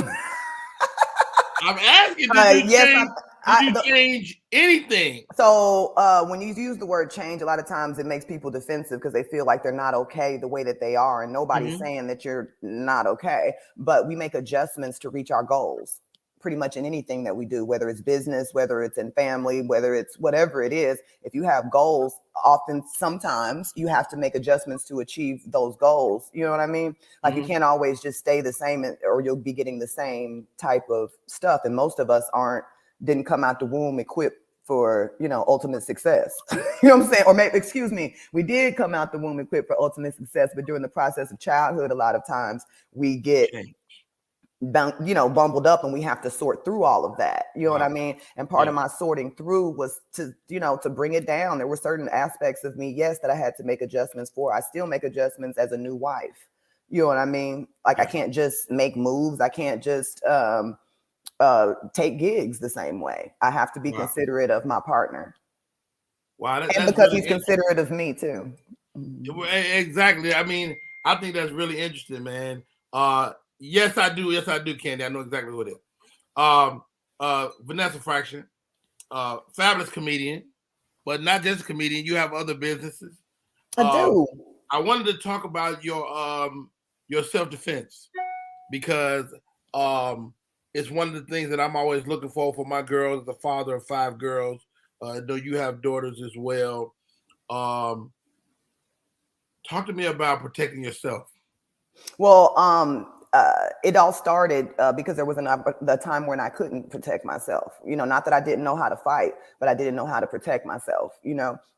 And I think a lot of times because I know how to fight, that's not the point. You know what I'm saying? At all. And you don't know if the person that's attacking you can fight better than you. So it's not about if you know how to fight. It's if you know how to protect yourself. So unfortunately, and you have my origin story, if you will, is the fact that I was on tour in Japan and was attacked by one of my coworkers. It started verbally, and then he decided to take it into the physical realm, to make it physical. At that time, yes, I knew how to fight, but I didn't expect that to happen to me, and so I froze. You know what I mean? And I was literally watching myself get my ass whooped. Not the best thing to do, but by the time you kind of snap back into it, it's over. Fights don't last that long. Most fights don't. So I never wanted to be in that situation again. You know what I mean? Like it was talk about feeling unprotected. Yeah, I felt paralyzed. I was in another country. There were men around me, but they didn't do much, and that's offensive, especially when someone says that they're your friend, and especially when you know that someone has an upper hand in a situation like that. You know what I'm saying? And they were bigger guys. I think you just answered what I asked him earlier, in that we expect our female counterparts to have sharp tongues and be able to get out of anything, but it wasn't that wasn't the case. No, we had already decided that we were leaving it alone. That's expected to go away, to disappear. Wow. And for that situation, you just don't know what people are going to do, because we had actually said, okay, we're done with the verbal. Let's just be quiet. Let's leave it alone. But something stirred up in him, and he just wanted to get physical. And you just never know what's going on with somebody. By his account, he said his demons got him that day. I really don't give a shit because it was you hitting me. I didn't feel no demon, but whatever. The point is that after that, I decided to take a self-defense class. Actually, our friend Cole, from Divas in Defense, he had already talked to me before about just because we have so many people that we can touch and affect with things that we do. He had talked to me about becoming a self-defense instructor. And so that's what I decided to do. And now I have a class of my own called Kicks and Comedy, where I use my gift of comedy to help bring levity to a very serious situation, which is defending yourself. Man, I've seen you in action, and nails, no nails, makeup, face beat. You don't want to see Vanessa Fraction in the dark alley. You ain't gonna see Vanessa Fraction in the dark alley, because my ass ain't gonna be in the dark alley, because that's part of defending yourself. Don't put yourself in situations in which it's not your fault, but you also want to be smart and not put yourself in situations where something like that can happen. Even with us being female comedians, some of the first things I talk about is safety on the road. So even if I'm coming into a hotel and the promoter has my key, thank you. Even if you left a gift basket in my hotel, appreciate that. Now I'm going back to that front desk and I'm getting my key reswiped. Right. Because I'm saying there may be multiple keys, there may be whatever, you know what I mean? There's nothing wrong with me telling them. I do that myself though. As you should, because women are aggressive. You know that, Rodney. But also, though, I don't take nothing for me to tell security, hey, please walk me to my car. I don't feel no less of a woman because I have, even if it's a male escorting me. So at least if somebody snatched me, somebody know that they did it. You know what I'm saying? Even if you can't defend me, at least you could tell somebody what happened. Hey, so, my guest today, Miss Vanessa Fraction. Also, my co-host, Gina G. Too Funny. Eunice Elliott. What up, Gina? Hey, Vanessa. Hi, Vanessa. And Miss Candace Latoya. Vanessa, man, first of all, I can't thank you enough for taking the invite to come on to the show, man. We talked about you being married. You talked about self-defense. How often do you do the classes? Right now, I've been super busy. So it's more when someone asks me. And then we can work it out within my schedule. But I want to start doing them at least monthly. But, it's hard to figure out people's schedules because sometimes people, I have more time in the day. But of course, for a lot of us, we need that evening hour. But in the evenings, we work in the evenings. So it's just hard scheduling it. But I'm more than willing. And so if you or anyone listening wants to take a class, I can definitely make the time. and schedule that with you because it is just that important to me. So you can DM me, whatever. Okay, Vanessa. Eunice got a sharp tongue. Yeah. She gonna need some tips. Okay. Well, can I say one thing? Say one thing. Yeah. One more thing before I say some more things. Do you think? But so what Hank was talking about failing this generation of men, you'll tell your daughter, don't go running in a raping hour, but who's telling the boy not to go rape nobody right now? Oh, so I was saying plenty of people telling the boy don't rape, but sometimes they do it anyway. I'm just saying I can't be concerned about who telling who what when we're talking about protection. No, for sure. I can only be concerned with me, but that's what the men aren't holding men accountable. And what Hank was saying is it's your friend group, right? And so I'll have conversations with great, wonderful men, and all of their friends are trash. And they say, well, that's him. That ain't me. And I'm like, but are you not a light to him, or do you not hold him accountable? You can't just say you're the good one if that's your group, right? Birds of a feather. Yes, ma'am. I can tell my friends, my female friends, don't mess with him. Right. Yeah, because I know him. I know him. No, I get and you that. better be glad I know him, because if I didn't know him, you didn't mess with him. Won't hold other men accountable for bad behavior they know that man is having and doing, is what I'm saying. I do see that, Eunice. I will not ignore that. That is definitely seen. As much as I see people checking people, I definitely see it being ignored, because it's not my problem. It's not my problem type of situation. I mean, you keep saying it's not my problem, then it might become your problem or your daughter's problem or something. But Vanessa, you brought some people to my awareness that I didn't know was kind of weird, and he was like, Rod, it's something up with that kid, man, and so it made me really watch it way more closely. And I wouldn't have put you in the same room had I known. Mm-hmm. Right. But sometimes you don't know. But give us some tips. How do we protect ourselves if somebody gets up close to you in your space? We start with a defensive stance. And that's something I can kind of show you right now. I have a skirt on, so it's not going to be the greatest, but sometimes you have a skirt on when this happens. But anyway, the point is that you're, and I don't have a lot of room right here, but you're leaning back on your stronger leg, which is my right leg. So I'm going to lean back on that, not too far. I just want to separate the legs so that I can be stable. So you can't push me from either side. I'm not easy to move. And I kind of go back and have my hands up like, hey, I don't want none. I don't want none. And I'm doing this because I'm showing you I'm not being aggressive. I'm also showing the people around me that I'm not being aggressive. Hey, leave it alone. But if you keep coming, then I'm going, yeah. And I'm going to whoop your ass or whatever I have to do. And so some of that also is letting out that yell when you go in your defensive stances. Get your hands off of me. Get away from me. You're doing something because you want people to know that I'm having a problem, but my problem could become your problem. You know what I'm saying? So you immediately want to kind of see if you can get some help. And another thing too, if somebody is that close, sometimes you could just run. Like, what the fuck? Turn around and run. You know what I mean? You don't have to prove anything. I'm gonna prove to you. You ain't gonna do, all you need to prove is that you can get home safely. That is what you need to prove. That's it. Yeah. That's it right there. That's it right there. Yeah. That's it right there. It's this for me. It was this for me, Vanessa. Yeah. And don't be trying to, it's one of those things I would say is don't always be trying to punch, because your punch, I've been punched a couple times by some chicks. Y'all punches ain't shit sometimes. You know what I'm saying? I ain't gonna lie. My punch probably is not. You know what I mean? So you want to use the heel, like palm heel, right? The heel of your palm, excuse me. Right, exactly. That way you can hit those places like the nose, like the eye, like the mouth. Exactly. And you want to do it multiple times. You know what I'm saying?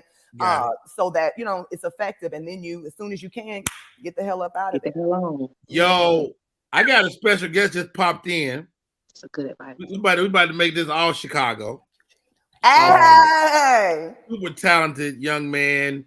Currently, TV wise, residing on the Tyler Perry world. He has a special that's on the streets right now, and he's a fabulous comedian, but also a musician as well. Ladies and gentlemen, Barry Brewer. He sure is. Barry Brewer in the building. Barry! Hey, Vanessa, what's up, Rodney? What's up, y'all? What's up, Jada? Hi, Barry. Hey, Barry and I were texting them. I said, man, just pop in and say hi to the people, man. How are you, bro? I am well, man. First of all, some of my favorite people on here, so I'm very, very honored to be on this particular show, man. I love y'all so much. And for the world that don't know, Rodney's one of the first person to take me on the road. Vanessa is one of the first people to get me into the club.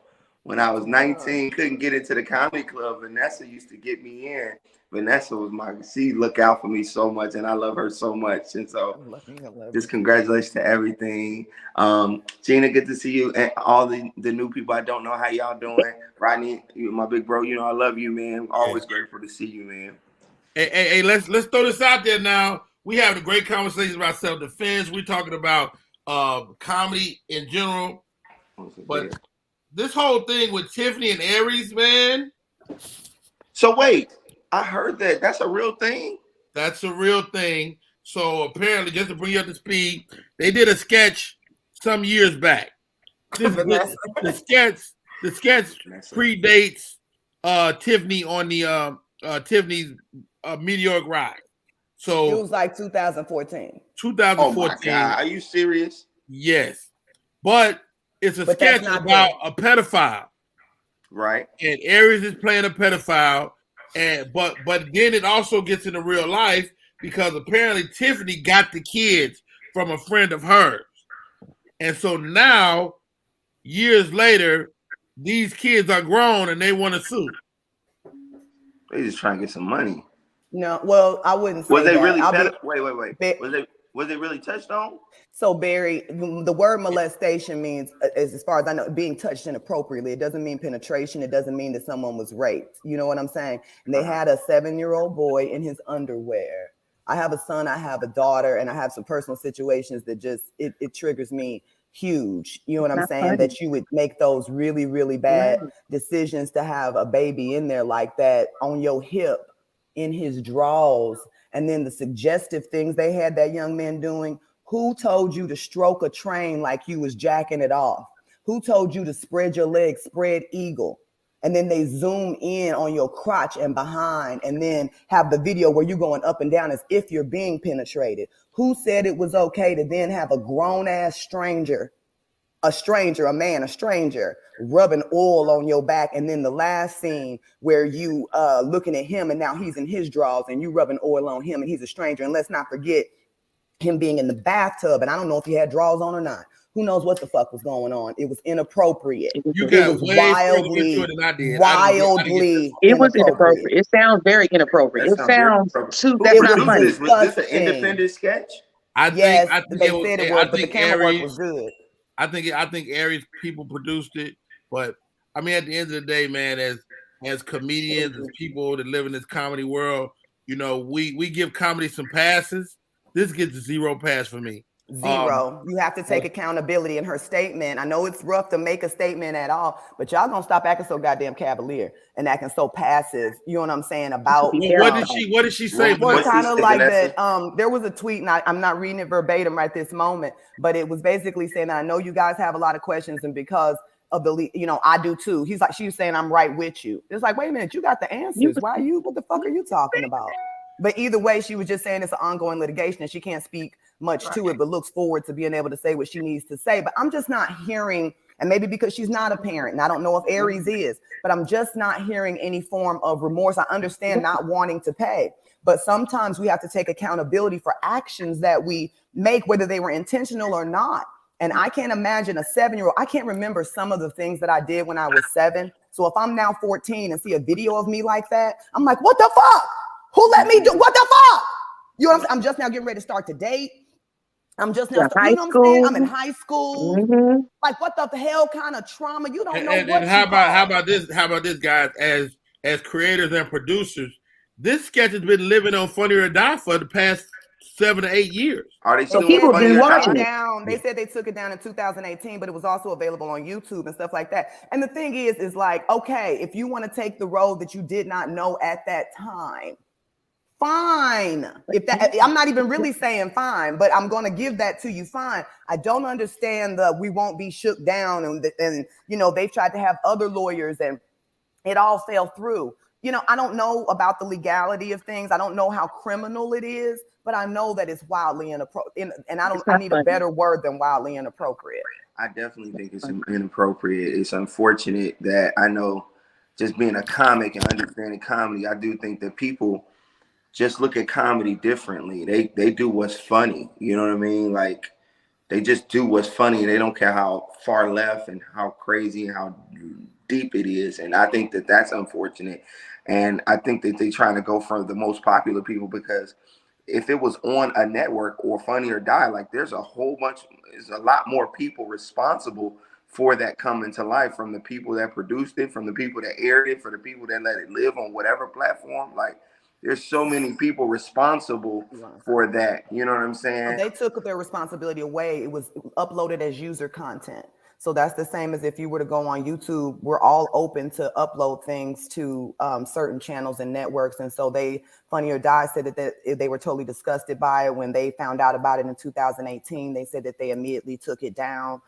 They're trying to have nothing to do with it, and have said, very strong words in saying that, yeah, again, all this is after the fact. I'm with you, Barry. I'm not crazy. But offer to Barry, because you haven't seen it. I think most comedians felt like you felt when we first heard about it, like, okay, what is somebody getting upset about for now? Right. And I have not met one comedian that either made it through the whole tape or did not say this is. I wouldn't even want you to see. I don't even want to. I don't want to watch. Right. And most comedians took this position of they're just trying to take these people down. That's what I was going to say. Most of us came to it in that mindset, but for everyone I've spoken to, mostly men, about it, none of us made it through the video, and nobody can say it was okay. So let me ask everybody thinks they're suing. As comedians, do you all think this is something that they can come back from, or is this gonna like taint them? You know what I mean? For I would need to see the video. We gotta stop saying that. We gotta stop just saying people want money from people, because sometimes it's harder to be brave enough to say it's somebody, a celebrity, versus the guy across the street. So it actually takes a lot of guts for somebody to say, hey, this celebrity did this to me. But I think as a culture or a generation or whatever you want to say, everybody thinks if you're suing, you just want the money. So I think we got to kind of take that stigma out, because it takes a lot of courage, to stand up for yourself, especially against a celebrity. Vanessa, but I mean, I was going to say that, no, I don't think that this has to be one of those things that takes you out or takes you down. Again, just take accountability for it. And what you're being charged with is the fact that, and I wish I would have looked it up so I can tell you the exact words, but you're basically charged with being irresponsible with a child. You're basically being charged as saying that you didn't protect this child. You know what I'm saying? Nobody's saying that y'all out here, rampaging and being a pedophile on children. What is being said is that you were completely inappropriate, and you need to take accountability for that. It was supposedly a PSA, about, watching your kids, but it went from, a predator luring on the child to the child liking it and then wanting to be on the predator. Now, do these things happen? Yes. Are the things that they are doing? Yes. But why use a child? You're traumatizing the child. You could have used an adult. You could have used the baby doll. You could have used plenty of different things. Your choices are bad. And all we're asking you to do is take accountability for your choices. I wouldn't admit I'm a pedophile. You're not. I'm not saying you are. I'm saying you made some really, really bad choices and people were affected by it. So do something about it, because you can. And stop being so defensive and just see where you can do better. Just do better. And but no, it doesn't have to kill your career. No. Show with the children. I think there will be some fallout, at least from that opportunity. Thing show. I think at the bare minimum, she would lose that game. But it just shows very, very, very poor judgment on 100% of every person, everybody in it. Editor, it's rough, Barry. I'm not joking. 100%. I don't. But I'm still gonna see Girls Trip too. I mean, I'm still gonna see Girls Trip. Yeah, but can I say that? It's just go ahead, Barry. I'm sorry. It's just unfortunate. And you're right. I probably do, and it sound like everybody has the same. Before they seen it, and it probably is crazy. But like knowing, well, I don't know Aries like that. I met him a few times, but knowing her and knowing what, some people just like it's an opportunity and not like even thinking, like just trying to be in the moment, just not making good choices. Maybe early. Well, I know Tiffany too. I've known Tiffany for 20 years or however long, most of my career, 15 plus. You know what I mean? So, and we have plenty of very personal and loving moments. I have love for Tiffany, lots and lots and lots and lots of it. But again, this is not about, I'm not coming for you. It is none of that. No. It's just accountability for bad decisions. That's all. You know what I'm saying? Right. Hey guys, first of all, I want to thank each and every one of you for coming on the show today. Vanessa Fraction, she's a comedian, a wife. Yay! Congratulations. We'll put hands on you.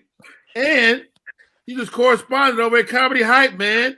No, I'm not anymore. Not at all. God bless them. But I really liked your voice on there. A lot of people did, and I you were appreciate very that good a on lot. there. I only watched it because of you and your unbiased perspective on all the topics that were brought forth. You were you're really good at, like, it's just amazing how you're like, that's like, crazy. You never say stuff just to say it, like because it's incendiary. You say it because it's how you feel. But and I love Comedy Hype. I'm not saying I would never. I mean, you know, I may come back over there and work and do things like that. They're a good group of people. Yeah. It's just as a comedian, you know, we continue to grow, and I just love you guys so much. And it was hard for me to balance between some of the stories and my love for, you know what I'm saying. It stresses me out, and it began to affect me kind of physically. If you want to know the truth, you know what I'm saying. And so I was like, let me go and do some things that I know, you know what I mean, don't affect me in that way. So you can catch me on the Nappy Boy Radio podcast with T-Pain. We're starting our second season. It's super dope, and I'm also coming out with my own podcast, so it's like so dope. Wonderful things are happening. I love that. How do people stay in touch, Vanessa? At Vanessa Fraction, VanessaFraction.com. Subscribe to me on YouTube. I'm Googleable, so Google me, baby. All that shit. Barry Brewer, TV star. I'm looking for you on the big screen. You're a leading man, dude. I love that. Talk to me about that, bro. Oh man, first of all, thank you so much, man. It's definitely a blessing.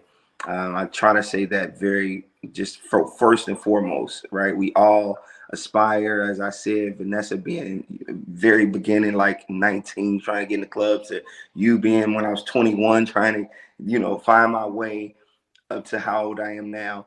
I am old, that is. Don't worry about that.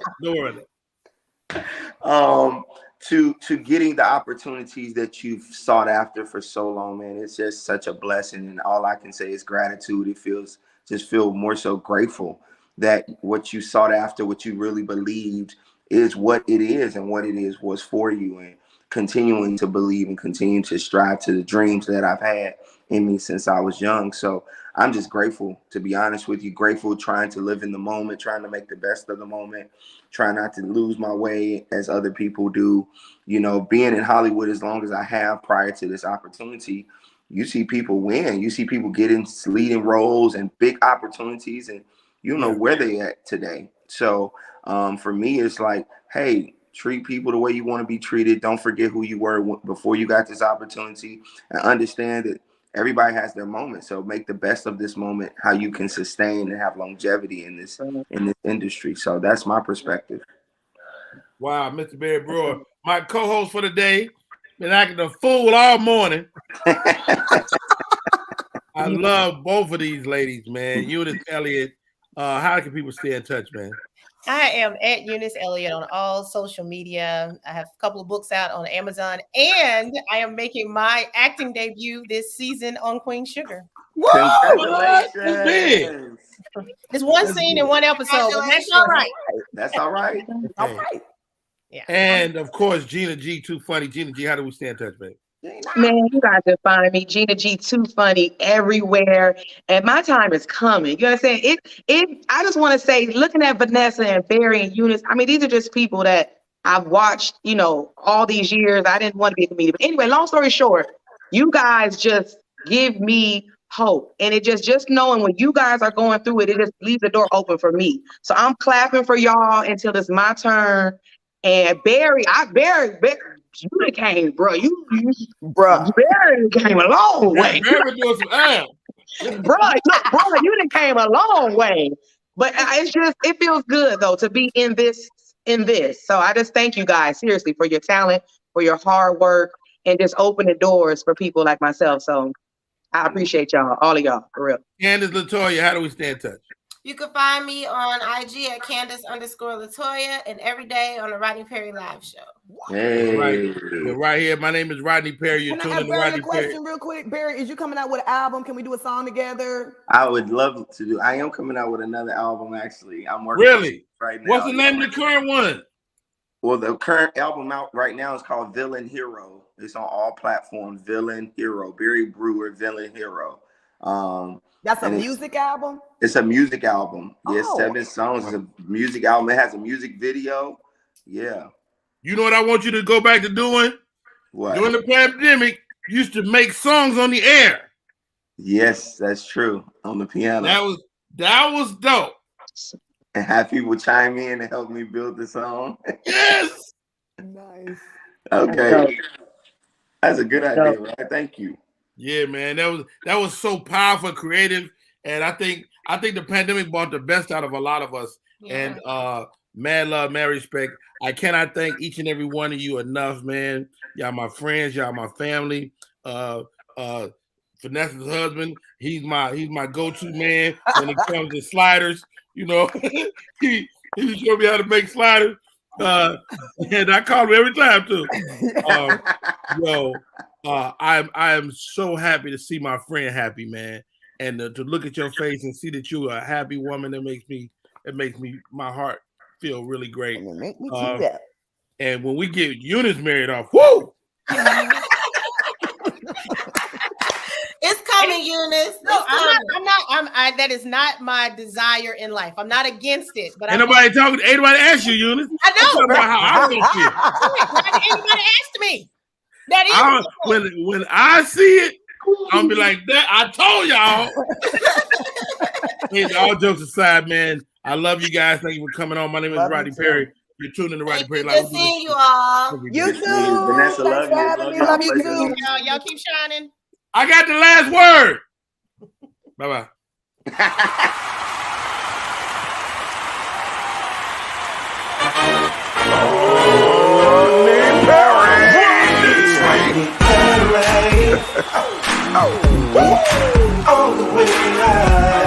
Get ready for America's #1 funny man. What? Hey. Make some noise. Ladies and gentlemen, from LA to New York, Chicago to Mississippi, let's give it up for America's #1 funny man, Rodney.